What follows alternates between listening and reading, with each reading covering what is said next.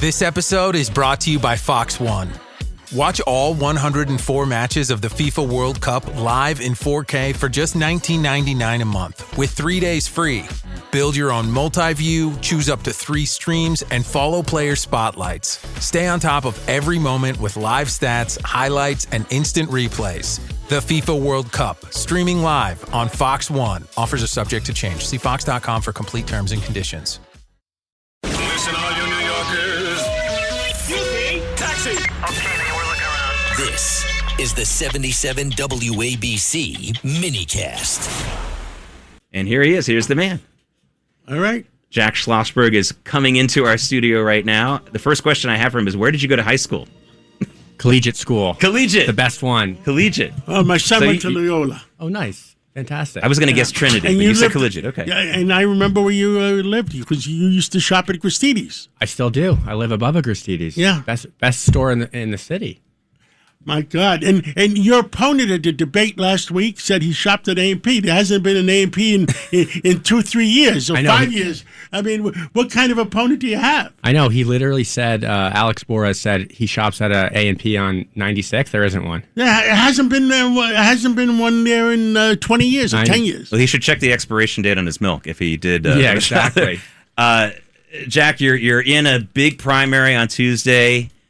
Tell us a little bit about, is it just in your genes that you have to go into politics? Introduce him first. Yes, in this case is somebody out there doesn't know. This is Jack Schlossberg. He is running for Congress. And tell us which district it is and what part geographically of the city. District 12, New York 12, which runs from 96th Street to 14th Street, all avenues east and west of Manhattan. Wow. Okay. So that's a big. That's a lot of different. That's like 6 different worlds. I mean, my for God, those at of you who are least. listening, not from New York City and not from Manhattan, that might sound it's 82 blocks of the same city, but I mean that's like 35 different nationalities. Oh my God. Represented in every that kind area. of person and the best kind of people in the whole world.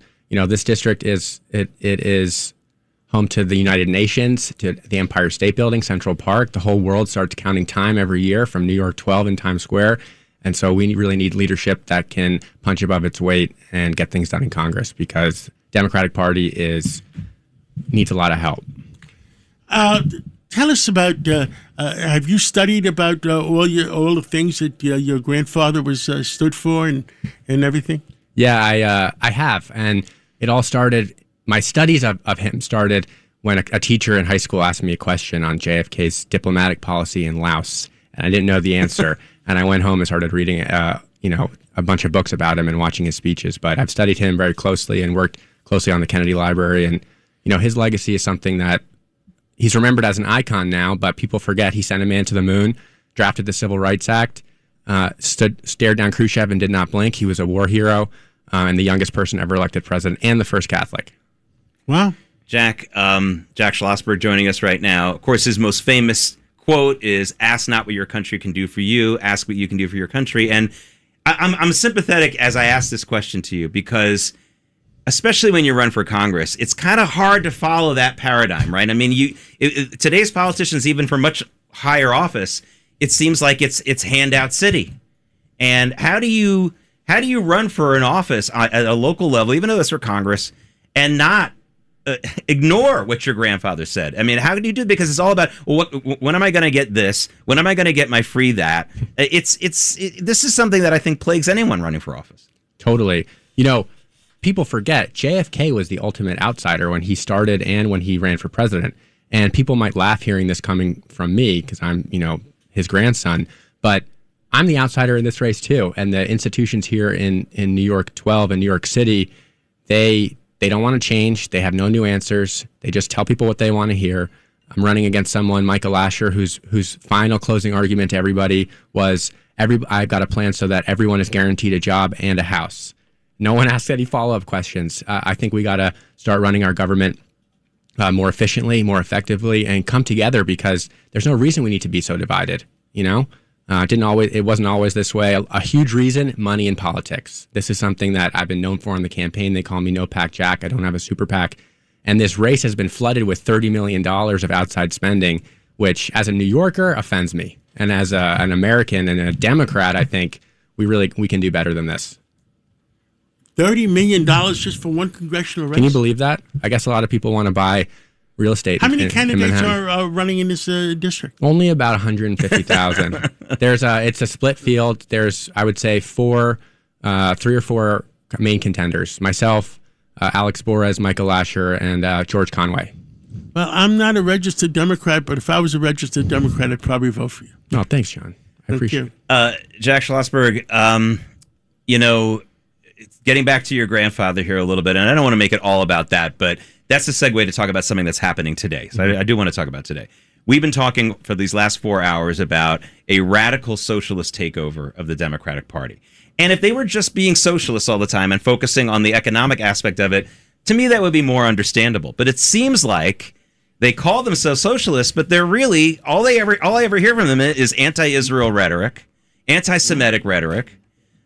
Since when did those two things become so easily conflated?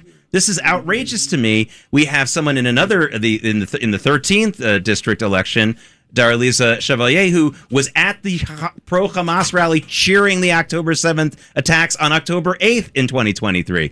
That's another thing. You say you're fighting against the moneyed interest, but this is another major problem. This is something that would have horrified your grandfather. This is a cancer that needs to be cut out of the Democratic Party. I couldn't agree more. And I'm very worried, about the upcoming fracturing of the Democratic Party being dragged into the mud by what I consider to be, there are a lot of people who hear certain things from these candidates, socialist candidates, that they agree with, that we probably all agree with, that sound great.